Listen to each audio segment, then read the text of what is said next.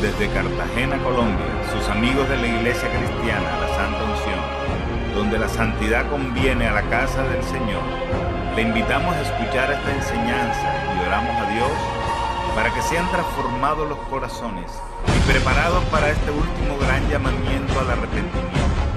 Pedimos a Dios para que les hable con este mensaje y se acerquen más a Él por medio de nuestro Señor y Salvador Jesucristo. Ven y sumérgete en el río de su Espíritu.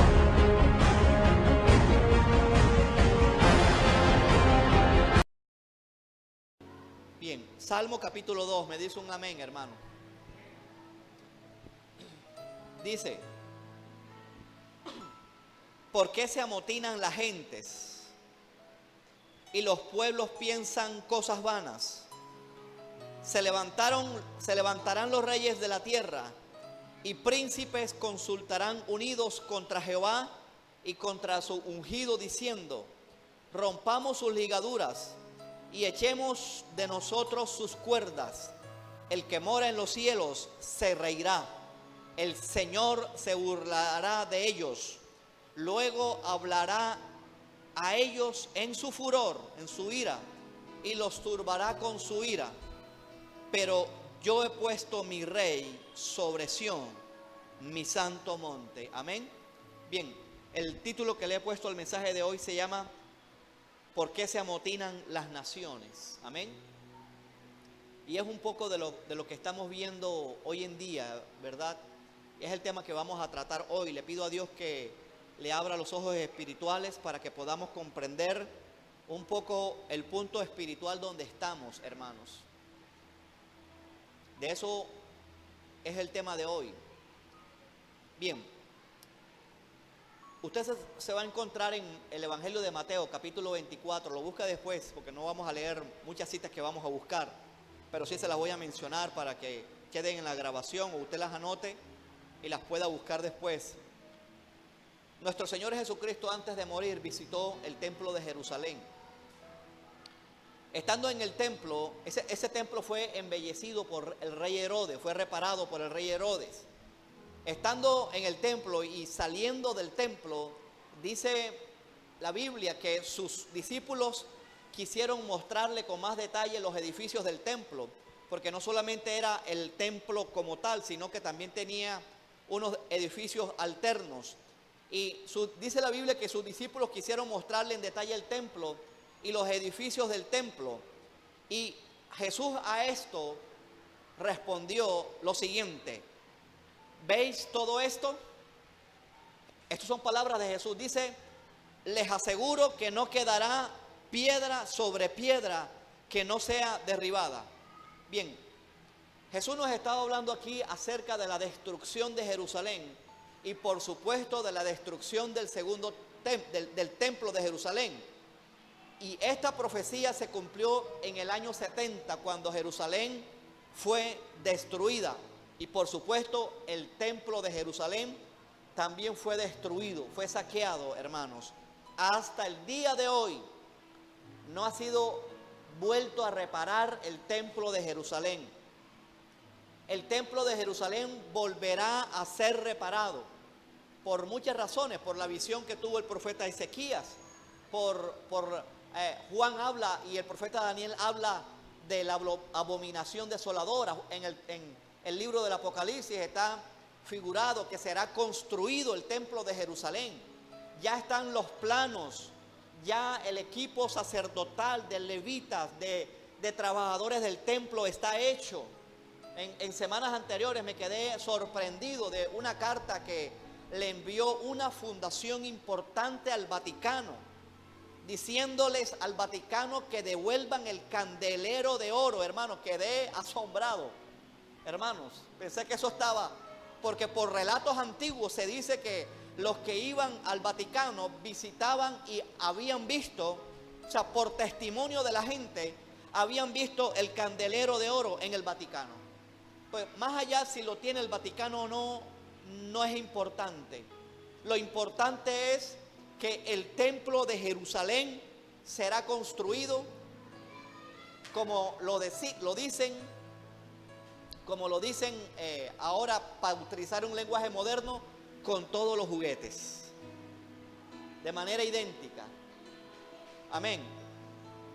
Entonces, cuando Jesús dijo esto, sus discípulos comprendieron que Jesús no estaba de turista. ¿Cuántos me dicen un amén, hermano?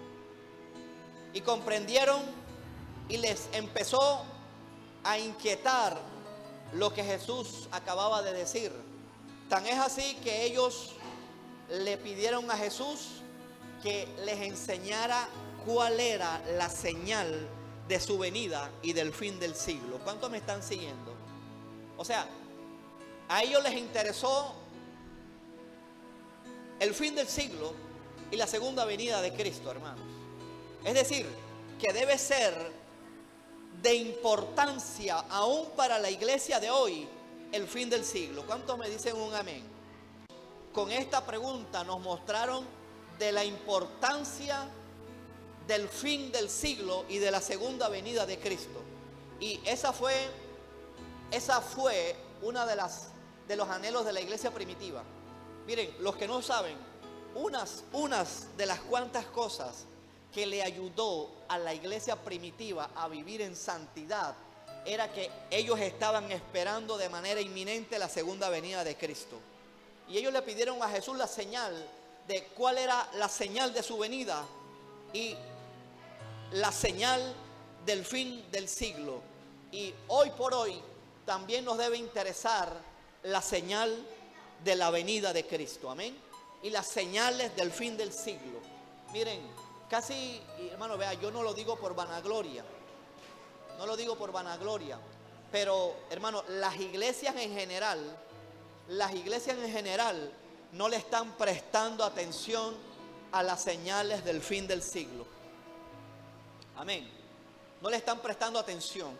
Y hoy vamos a hablar acerca de una señal importante y se llama Jerusalén. Diga conmigo Jerusalén. Diga conmigo fuerte, diga conmigo Jerusalén. Bien, la iglesia de hoy en día se está preparando para todo menos para el arrebatamiento de la iglesia. Miren, yo creo que hay que estudiar, yo creo que hay que trabajar, ¿verdad? Que hay que ser excelente, pero con todo, por ahí hay un lema que dice que vivamos como si Cristo viniera mañana, pero preparémonos también como si Cristo tardara en venir. Dígame, hermano, ¿cómo combinamos las dos cosas, verdad? No por el hecho de que creamos de que Cristo viene pronto ya dejamos de estudiar, ahora vamos a dejar de soñar, de pelear, de pelear nuestras conquistas espirituales, porque hay que perseverar hasta el fin, como si Cristo viniera en 100 años, hermano. Que creo que si Cristo viene en 100 años, todos aquí ya habremos partido para el cielo, para estar con el Señor, amén. Pero es una realidad, hermanos, el arrebatamiento de la iglesia. La iglesia no puede la iglesia estar pensando en lo terrenal. No está de mal que usted tenga su casa, que usted tenga sus estudios, pero con todo, mis amados hermanos, debemos prepararnos para lo eterno. ¿Cuántos le dan un aplauso al Señor por esto, hermano? Miren, hoy el mundo está muy convulsionado, hermanos. Y si miramos siquiera 20 años atrás, el mundo no estaba tan convulsionado como hoy. ¿Y qué son 20 años aún en nuestro tiempo, hermanos? ¿Qué son 20 años? Nada. Ahora, ¿cuánto serán 20 años en el tiempo de Dios? Si para Dios 1000 años son como el día de ayer que pasó. O sea, estamos en los tiempos de Dios, hermanos. Esto se llama en la Biblia el Kairos de Dios. El tiempo que nosotros manejamos de días de 24 horas, de un año, de 6 meses, se llama Cronos. Y la iglesia se está enfocando más en el Cronos que en el Kairos de Dios. Estamos viendo un mundo, hermanos, completamente agitado. Toda América, hablo de América del Norte, América Central, América del Sur, está convulsionada, hermanos. ¿Cuántos se están dando cuenta de esto, hermano? Europa está súper convulsionada. África, África, sobre todo la parte norte, la parte centro de África, está convulsionada. Oceanía se está convulsionando. Asia, hermano, ni se diga. Oriente Medio, allá lejano Oriente, China, Japón, Corea, ustedes saben las noticias. En pocas palabras, el mundo está agitado, hermanos. Oiga, estaba hoy leyendo, hermano, no lo digo que es revelación ni nada, pero me quedó sonando que usted se va a encontrar en unas de las señales de Jesús. Dice, se levantará nación contra nación y reino contra reino. ¿Cuál es la diferencia? Oiga, ¿no será que también Jesús habrá dicho acerca de que se levantaría reino contra reino, acerca del reino de las tinieblas contra el reino de los cielos de una manera más agresiva? Hermanos, ¿cuántos me están siguiendo? Estamos en esos tiempos, hermanos. Estamos en tiempos demasiado convulsionados. Miren que ahorita, esta semana que pasó, ¿verdad? La semana anterior, vimos una noticia que todavía está convulsionando el mundo. Y esa noticia tiene que ver en parte con este Salmo 2, que las naciones están conspirando, las naciones están consultando entre sí para levantarse contra Dios y contra su ungido, contra Jesucristo. No es que las naciones van a pelear con armas de guerra convencionales contra Dios, no. Las naciones están peleando contra todo lo que huela a Dios, contra todo lo que huela al reino de Dios, contra todo lo que huela mandamientos de Dios. Y están peleando con rebelión contra Dios y contra su ungido, nuestro Señor Jesucristo. Eso es lo que está pasando ahora. No es que van a pelear contra Jesucristo con armas nucleares y le van a ganar. No, eso no se puede. Aún en la guerra del Armagedón, Jesucristo va a venir, hermano, y va a acabar esa guerra, la última guerra, antes del milenio. Entonces, les pido, hermanos, por amor a Dios, que abramos los ojos espirituales. No hay que perder tiempo en nuestra vida de consagración, en nuestra vida de santidad. Estamos en tiempos importantes, hermanos. Estamos en tiempos finales, y más allá diría que estos son los finales de los finales tiempos. No podemos decir una fecha, no podemos decir un año, un mes. Eso es imprudente hablar de esas cosas, ¿verdad? Iglesias cristianas que se han prestado para hablar de años, de días específicos, hermanos. Eso tilda a la gente de ser falsos profetas, porque si no se cumple una profecía bíblica, entonces por boca de quien la diga, y menos utilizando días calendario, convierte a la persona en falso profeta. Estamos en los tiempos, hermanos, como nunca antes. Las tinieblas se están confabulando a través de su red. Las tinieblas tienen redes, hermanos. Las tinieblas están utilizando la justicia. El infierno está utilizando la educación, las filosofías. El infierno está utilizando la economía, la filosofía para hacer guerra contra Dios y contra su ungido, hermano. ¿Cuántos me están siguiendo en el mensaje, hermano? Gloria a Dios. Hace una semana también prediqué un mensaje escatológico un miércoles. Mucha gente se lo está perdiendo, hermano. Tenemos que sacudirnos de esa religiosidad, hermanos, a causa de los últimos tiempos, de pensar que ya cumplimos con Dios y punto, hermanos. Vea, mientras más se acortan los tiempos, más la iglesia debe mostrar esfuerzo. La iglesia debe mostrar más perseverancia, más ayuno, más oración, porque las tinieblas bastante que están conspirando contra Dios y contra su ungido. Vea, como nunca vamos a ver un movimiento grande de destrucción de iglesias, hermano. Y la iglesia en general es la que tiene que ayudarnos a sostener el cuerpo de Cristo, hermano. Esto no lo hace una sola persona, no lo hace el pastor o unos cuantos líderes. Esto es labor de toda la iglesia. Vamos a ver, hermanos, un movimiento agresivo dentro de la iglesia y por fuera de la iglesia. Como lo decía Pablo, me persiguen los de adentro y los de afuera. Y lo estamos viendo de cómo se está levantando el infierno en contra de la iglesia para destruirla, para dañarla, hermanos. Y tenemos que abrir los ojos. Las naciones se están convulsionando. Hay tremendas protestas en el mundo árabe. Esto no va a parar, hermanos. Y no es que por Estados Unidos ahora Jerusalén es la capital de Israel, no. Siempre ha sido Jerusalén la capital de Israel. Usted le pregunta a un judío cuál es la capital de Israel, le va a decir Jerusalén.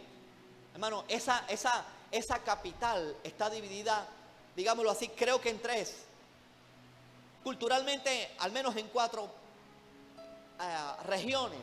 Están los árabes, los judíos, los cristianos, pero también hay otra gente que es cristiana, pero es de Armenia, de esa región por allá. Y básicamente esa región está dividida, Jerusalén como tal, está dividida en 4 áreas.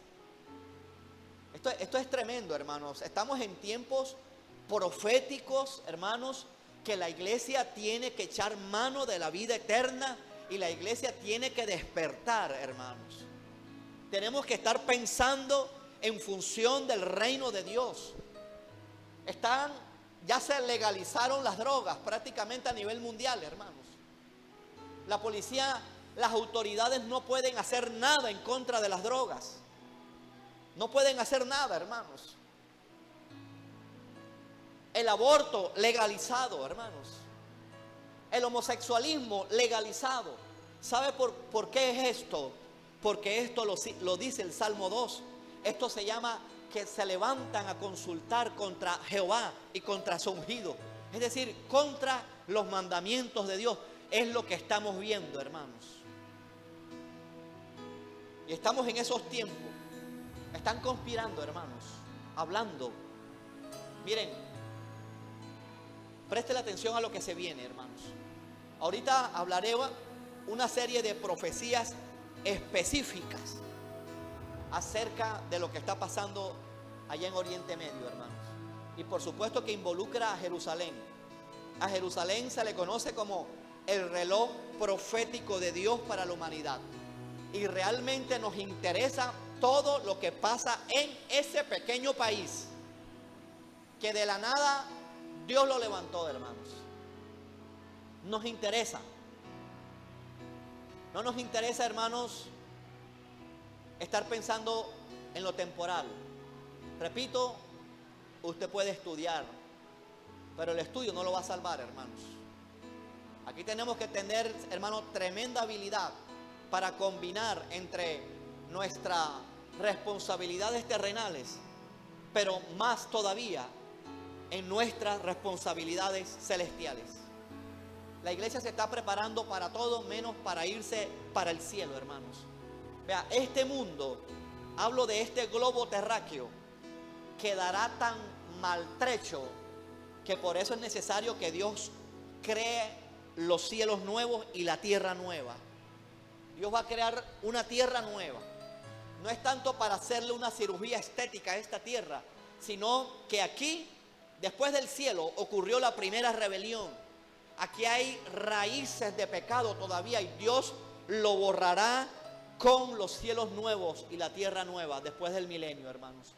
Vea, si no empezamos a creer todas estas cosas, hermanos, vamos a ver nuestra vida cristiana seca, sin sentido, estéril. Hermanos, ¿por qué creemos en la segunda venida de Cristo? ¿Por qué nos preparamos para la segunda venida de Cristo? Hermanos, esto es por la fe. Vea, y todas las cosas que les voy a mencionar se han cumplido a cabalidad en Israel y faltarán algunas, como la guerra de Gog y Magog, el milenio, que está en la Biblia, hermanos, que vendremos a vivir aquí en el milenio. Dios mío, ¿usted cree eso? ¿Cuántos creen eso, hermano? Hermano, vea, esto no es de extraterrestre, esto es una realidad, hermanos. Vamos a vivir para siempre con Dios, morando Dios aquí en la tierra, aquí Dios Padre morando en la tierra, en la nueva Jerusalén, hermano. Hombre, hermano, no creo que crean eso, hermano. Dios mío, hermano, esto es una realidad. No estamos aquí, hermano, a pocas cuadras, esperándolo, hermanos. Las bodas del Cordero serán una realidad. La cena de las bodas del Cordero será una realidad, hermanos. En el milenio donde morará el león con el Cordero será una realidad. Los niños jugando con una cascabel, literal, será una realidad. Dios mío, después le explico el chiste. Será una realidad esto, hermanos. Necesitamos, hermanos, vea, conectarnos con la palabra de Dios. Lo más importante es el reino de Dios, hermano. Eso es lo más importante. No es el reino personal, es el reino de Dios y su justicia. A fin de cuentas, eso es lo que va a quedar. El reino de Dios. El mundo árabe está convulsionado, hermanos, con esta noticia de pasar la embajada de Tel Aviv a Jerusalén. Todas las embajadas están allá en Tel Aviv, allá cerca del Mediterráneo. Ninguna embajada está en Jerusalén, ninguna. Aunque todos los embajadores se posesionan en Jerusalén. O sea, es como más formal lo que hizo Estados Unidos, así de sencillo. Porque todo se da en Jerusalén. El centro de gobierno está en Jerusalén. Y Jerusalén está dividida en dos, digámoslo así. Jerusalén oeste y Jerusalén este. Los palestinos quieren la Jerusalén este como capital. Díganme, hermano, ¿cómo funcionaría esto? ¿Ah? La esposa de uno es la esposa de uno. Yo no comparto ni un pelo de mi esposa con alguien extraño. O sea, esto no se concibe. Es como si pusiéramos a decir que este sector de Cartagena es otra capital. No se puede, hermanos, no se puede. Hermano, vea, y en Jerusalén al menos confluyen sitios religiosos del judaísmo, del cristianismo, y en Israel como tal, y del islamismo de los árabes. Vea, esto no se trata de religiosidad. Esto se trata, hermanos, que es profético, y ahora lo vamos a ver. Y se están cumpliendo delante de nuestros ojos. Amén.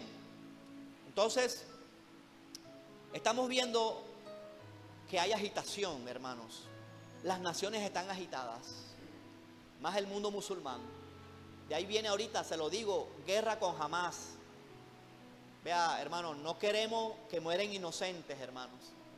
Pero lastimosamente, y no lo digo con alegría, morirán inocentes en la franja de Gaza. Así como judíos, israelitas morirán seguramente. Seguramente que se les va a pegar allá Hezbollah, que es la milicia armada del Líbano, que es aparte de su ejército, que tiene varias células de esas milicias en Siria. Y seguramente después de esto Israel ataca al Líbano junto con Hezbollah. Y después viene Irán. Ahí quebrará Dios el arco de Elam, como lo dice Jeremías 47. Y después viene Siria. Siria será destruida. La guerra del Salmo 83, hermano. Isaías 17 también lo habla. Estamos en tiempos tremendos, hermanos. No pierda, hermanos, el norte espiritual. La iglesia, hermanos, mire, aún faltan pocas semanas para que se acabe el año. Y ahí estaba mirando en estos días la asistencia del año pasado también menguó para diciembre. Como si diciembre fuera un mes para menguar espiritualmente. Dígale al hermano que tiene solo, dígale, no mengues. Mantengámonos firmes, hermanos. Muchos, hermanos, usted sabe cómo se disparan los accidentes en diciembre. ¿Ah? ¿Usted cree que eso es casualidad? Buses, aviones, niños que se ahogan de excursiones. Porque el diablo los pide para ese mes también, hermanos. Le voy a hablar de una serie de profecías muy específicas. Vamos a buscar en la Biblia muy rápidamente. No nos vamos a demorar pero solamente quiero inquietarlos con este mensaje acerca de todo lo que está ocurriendo en Israel, hermanos. Empujemos a nuestros hijos, a nuestros familiares, sobrinos, tíos, parientes, padres. Profecía número 1. Israel sería nación en un día. Miren, antes de el 14 de mayo del 48, cuando la ONU dijo que Israel sería una nación, eso era una franja. Ahí no había nación. Los palestinos, saquémonos de la idea, de la mente, que ellos eran nación. ¿Dónde han estado la embajada de los palestinos siglos atrás, hermano? Díganme una. Pregúntenle a ellos, ¿dónde estaban sus embajadas? Es que eso era una franja. Y estaba Israel desparramado en la tierra que hoy conocemos, pero también estaban los que hoy conocemos como los palestinos, aunque ese nombre realmente es de Israel, como los palestinos regados allí. Isaías 66:8, rápidamente, hermanos. Esto Dios lo profetizó a través del profeta Isaías, lo dijo. Isaías 66:8. Esto está en el manual de guerra espiritual. Esto se enseña en la iglesia, hermanos. Isaías 66:8 dice: ¿quién oyó cosa semejante? ¿Quién vio tal cosa? ¿Concebirá la tierra en un día? O sea, ¿va a parir la tierra una nación en un día? Mira lo que dice aquí al final. Dice: nacerá una nación de una vez. Miren, la otra vez le pregunté a alguien, era muy instruido, o es muy instruido. Le hice esta pregunta: ¿cuántos años tiene que pasar para que un pueblo se convierta en nación? No me supo responder. Sabemos que tiene que pasar muchos años, hermanos. Tienen que estabilizar su sistema educativo, su sistema económico, su sistema político, su sistema de salud. Tienen que pasar muchos años para que se conviertan en nación. Mire, el 14 de mayo del 48, Israel ya tiene casi 70 años de fundada, hermanos. Miren, Israel es una potencia, como lo vamos a ver ahorita. Entonces, vemos aquí cómo Israel se constituyó en una nación en un día. Vea, le invito a que al menos en YouTube, trataré de enviárselo mañana, busque la guerra de los 6 días. Hermano, se va a quedar asombrado, hermano, cómo nació Israel. Estoy hablando de esta Israel moderna, ¿verdad? También puede buscar por internet la guerra del Yom Kippur o el conflicto árabe-israelí. Se lo va a encontrar muy fácil para que escuche el potencial y usted no va a tener duda de que Israel es la nación de Dios. Dice Isaías: nacerá una nación de una vez, o sea, enseguida, en un santiamén. Pues eso ocurrió hace pocos años. Yo no había nacido, no sé, creo que ninguno de los que estamos aquí había nacido. Número 2, segunda profecía acerca de Israel. Esto habla de que los judíos regresarían a su tierra. Isaías capítulo 11, versículo 11 al 12. ¿Cuántos están aprendiendo en esta noche, hermanos? Isaías 11 nos interesa lo que es la profecía bíblica, hermanos. Nos interesa. Mira lo que dice Isaías 11:11. Asimismo acontecerá en aquel tiempo que Jehová alzará otra vez su mano para recobrar, para recuperar el remanente de su pueblo que aún queda en Asiria, en Egipto, Patros, Etiopía, Elam, Sinar, Hamat y en las costas del mar. Y levantará pendón a las naciones y juntará, Dios mío, esto qué precioso, los desterrados de Israel, los va a juntar y reunirá los esparcidos de Judá de los 4 confines de la tierra. ¿Sabe cuándo empezó a suceder esto? En el año 48, cuando estableció que los israelitas han debido ser nación. ¿Se imagina usted esto, hermanos? Que allí, ¿quiénes hablaban hebreo, hermanos? Unos cuantos. Literalmente unos cuantos hablaban hebreo. Usted sabe, hermanos, quizás no tenemos la dimensión de esto, pero usted sabe es que vengan de la China, de Estados Unidos, de Francia, de Alemania, de acá, de América Latina, se vayan para Israel. Estoy hablando de israelitas, no, ni siquiera judíos, israelitas, y empiecen ahora a hablar un solo idioma. Vea, esto es asombroso cómo lograron recuperar el idioma hebreo, el actual, lo lograron recuperar con su gramática, de unos cuantos que lo sabían, hermano. Mira lo que dice el profeta Sofonías, capítulo 3. Sofonías, capítulo 3.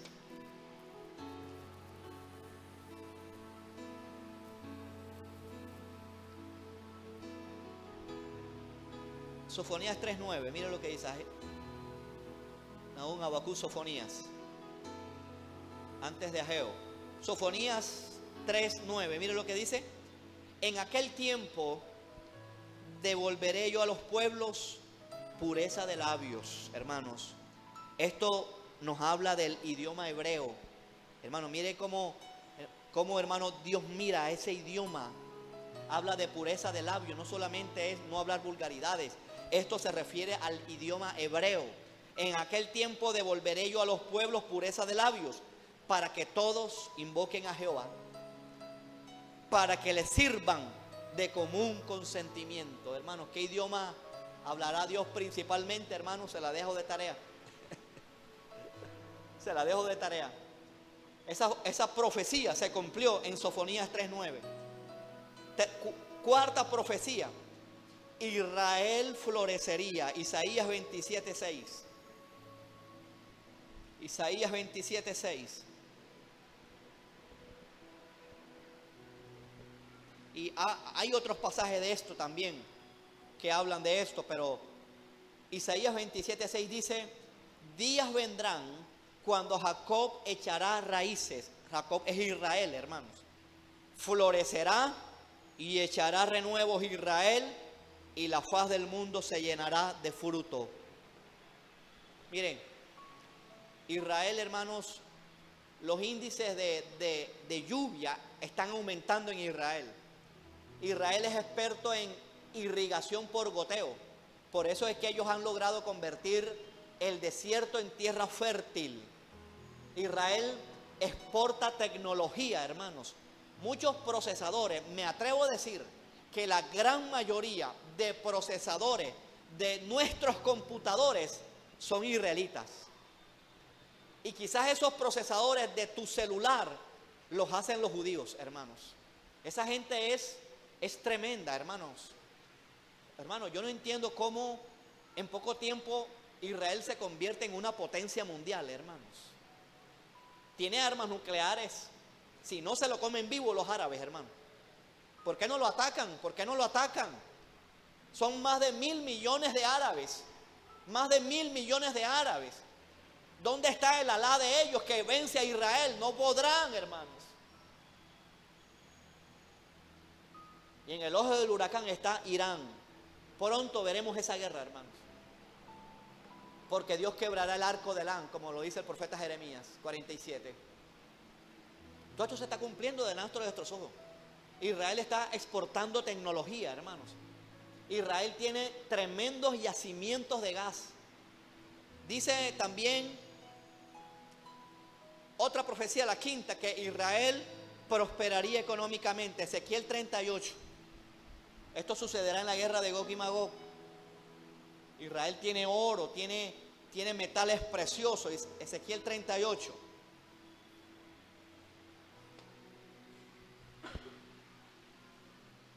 Ezequiel 38.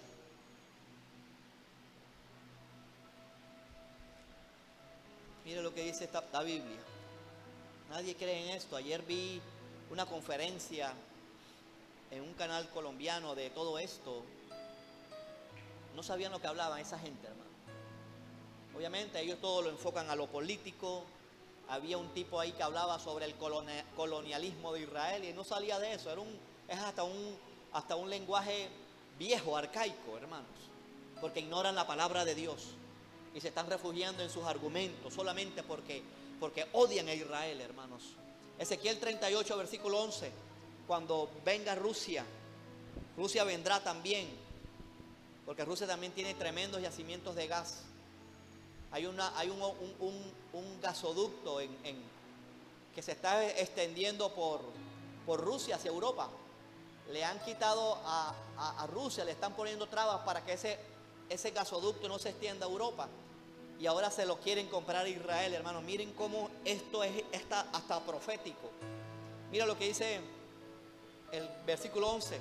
y dirás, subiré contra una tierra indefensa. O sea, eso lo va a decir Gog, Magog, príncipe soberano de Mesec y Edward. Dice, y dirá, subiré contra una tierra indefensa, iré contra gentes tranquilas. O sea, esto ha debido ser después de las guerras que vienen, hermanos, porque ya Israel ha vencido a sus enemigos, hermanos, que habitan confiadamente. Todas ellas habitan sin muros y no tienen cerrojos ni puerta. Aquí viene la razón: para arrebatar despojos.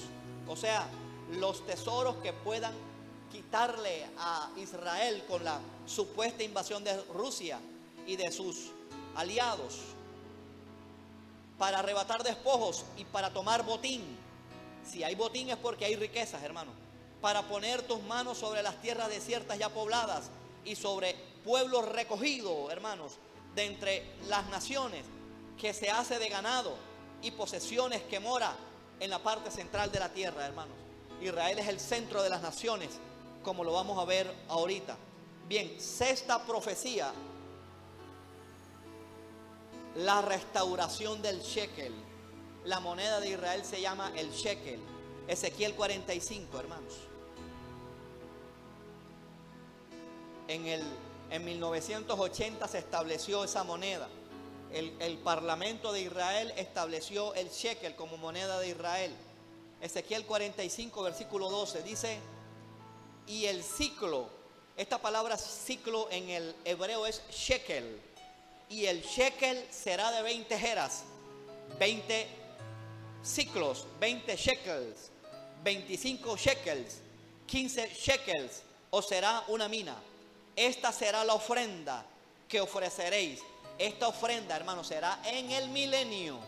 Hermano, el que no tenga shekel en el milenio estará en nada. Así que vaya comprando shekel, hermano. Esta será la ofrenda que ofreceréis: la sexta parte de un efa por cada homer de trigo, y la sexta parte de un efa por cada homer de cebada. Y aquí lo sigue diciendo, hermanos. Bien, dejémoslo allí y leamos hasta el versículo 16. Dice: todo el pueblo de la tierra estará obligado a dar esta ofrenda. ¿Para quién, hermano? No sabremos cómo va a operar eso. Jesucristo es el dueño del oro y de la plata. Pero si Él ordena que todos los pueblos de la tierra le ofrenden al príncipe de Israel, habrá que hacerlo los que vivamos allá en ese tiempo, o los que queden. Lo veo más bien con los que queden, ¿verdad? O sea, me refiero con los que no mueran y que queden vivos y los que nazcan en el milenio también. El shekel es la moneda de Israel. Número 7, el conflicto por Jerusalén, como hemos hablado hoy. Zacarías capítulo 12, el penúltimo libro del Antiguo Testamento, antes de Malaquías. Zacarías 12, versículo 2.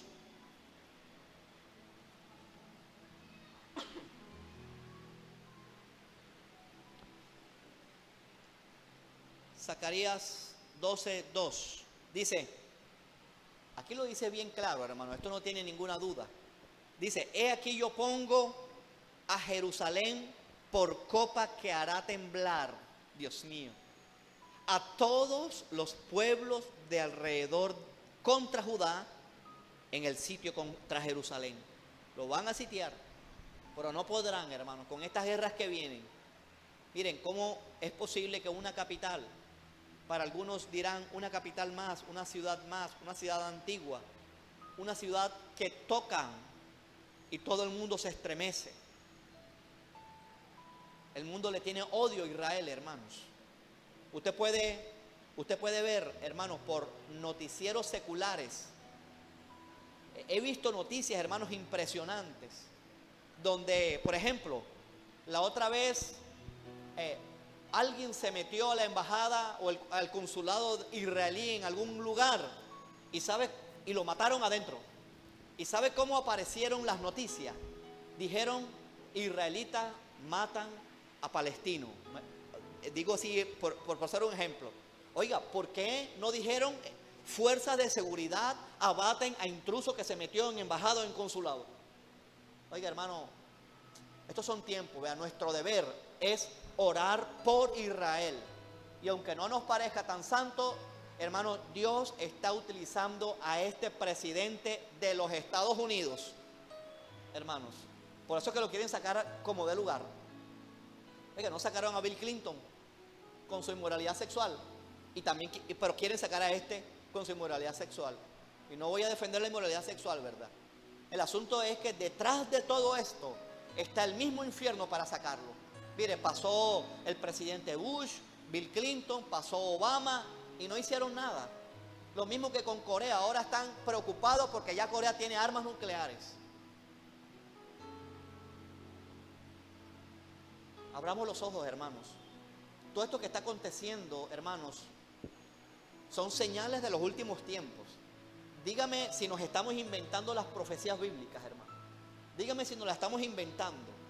Allí donde queda la planada de las mezquitas, la explanada de las mezquitas, porque ahí está la mezquita de Al-Aqsa y la mezquita de Omar. Allí se construirá el templo de Jerusalén, hermanos. Allí se va a construir. Estoy contento por eso, hermano. ¿Cómo va a ser? No sé. Porque pensar ahora cómo quitamos a los árabes de las mezquitas, creo que es la tercera ciudad más importante para los árabes, y más ese lugar, después de la Meca y de Medina, viene Jerusalén.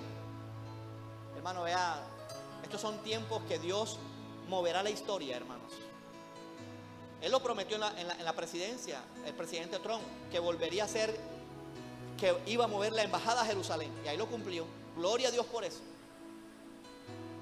Estamos en tiempos proféticos. Y la última, hermanos, profecía, y lo estamos viendo, incremento del terrorismo. Lucas capítulo 21, versículo 11.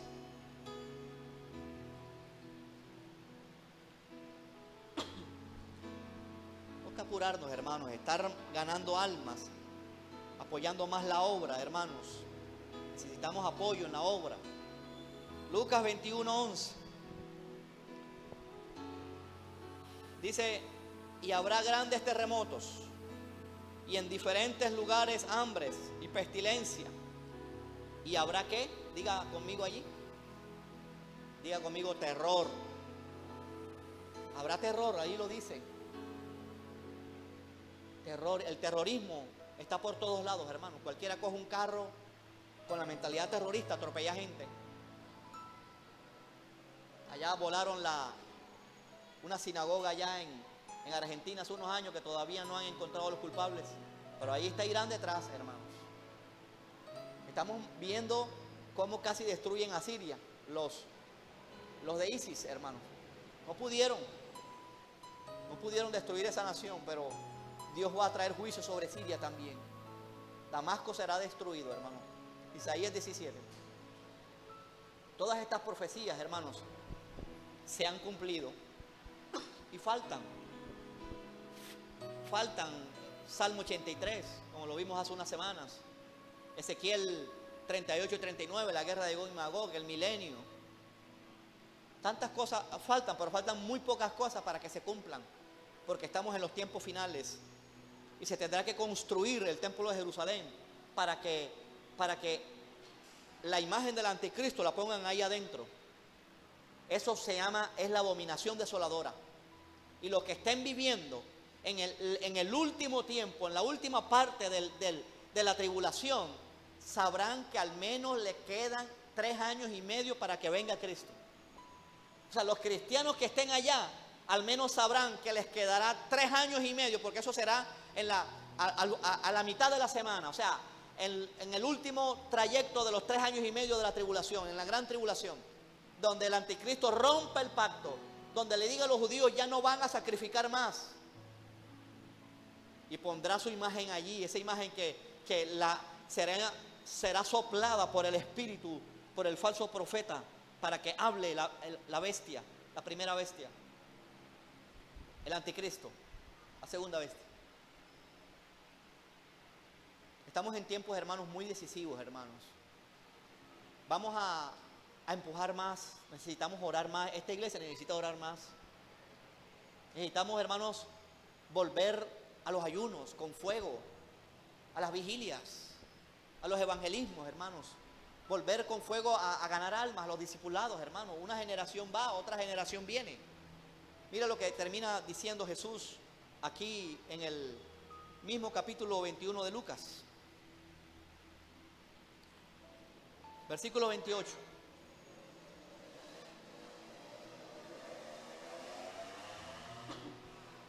Dice, cuando estas cosas comiencen a suceder, o sea, los que se queden allá, erguíos, levantad vuestra cabeza. Aún lo que estamos viendo, hermanos, creo que es tiempo de levantar nuestra cabeza, hermanos. Dice, porque nuestra redención está cerca. ¿Cuántos lo creen, hermanos? Dice, versículo 29, mirad, les dijo una parábola, mirad la higuera, es la nación de Israel, y todos los árboles, cuando ya brotan, viéndolo sabéis por vosotros mismos que el verano está cerca, o sea, la segunda venida de Cristo está cerca. Así también vosotros, cuando veáis que suceden estas cosas, sabed que está cerca el reino de Dios. De cierto os digo que no pasará esta generación. Algunos le llaman a esta generación a la generación que empezó a vivir desde el 48, hermano. Yo no me atrevo a decir tanto eso. Una generación en la Biblia puede ser de 80 a 100 años. O sea que se puede cumplir los 70 años, hermanos, el año que viene. No voy a decir que ahora el arrebatamiento es el año que viene. No, Dios me libre, no. Pero algunos han llegado a decir hasta esto. De cierto que no pasará esta generación hasta que todo esto acontezca. El cielo y la tierra pasarán, pero mis palabras no pasarán. Versículo 34 dice, mirad también por vosotros mismos. Se los dice a los discípulos. Nos los dice a la iglesia. Que vuestros corazones no se carguen de glotonería, hermanos. De tanta modernidad, de tanta distracción y embriaguez y de los afanes de esta vida. Y venga de repente sobre vosotros aquel día. Porque como un lazo vendrá sobre todos los que habitan sobre la faz de toda la tierra. Velad, pues, se los dice a los discípulos, en todo tiempo orando, que seáis tenidos por dignos de escapar de todas estas cosas. La opinión tradicional que habla de que seamos dignos de escapar de todas estas cosas se refiere al arrebatamiento de la iglesia. La única manera de escapar de los juicios que vendrán es por el arrebatamiento de la iglesia, hermanos. Antes de la tribulación, hermanos, lo que enseñamos aquí en la iglesia afuera, no nos vamos a enredar con tantas cosas que hay. El arrebatamiento es antes de la tribulación, del primer año. Ni siquiera conoceremos al anticristo. Tenidos por dignos de beber y escapar de todas estas cosas que vendrán y de estar en pie delante del Hijo del Hombre. Estas cosas son reales, hermanos. Mucha gente se burla de la Biblia, se burla contra Jehová, se burla contra su ungido, Jesucristo. Y todos somos ungidos, ¿verdad? Por la sangre de Cristo. La segunda venida, hermanos, de Cristo está cerca. Aquí velemos en todo tiempo orando. Cuiden los ojos, hermanos. Cuiden el corazón. No perdamos tiempo. No dejemos de congregarnos, hermanos. Miren, la congregación, hermanos, tiene un aspecto escatológico, si usted no lo cree. Y termino con esto. Hebreos capítulo 10, verso 25. Mire, congregarnos tiene un aspecto escatológico. Escatológico es todo aquello que tiene que ver con los tiempos finales. Dice, no dejando de congregarnos, como algunos tienen por costumbre, sino exhortándonos, y tanto más cuanto veáis que se acerca aquel día. Es tiempo de estimularnos a congregarnos, a exhortarnos a la obediencia, a la santidad, a la consagración, porque se están acercando aquel día, hermanos, la segunda venida de Cristo. Vamos a orar en esta noche, hermanos, y vamos a darle un grande aplauso a nuestro Señor Jesucristo. Vamos a decirle que anhelamos su segunda venida, hermanos. Póngase de pie, hermanos.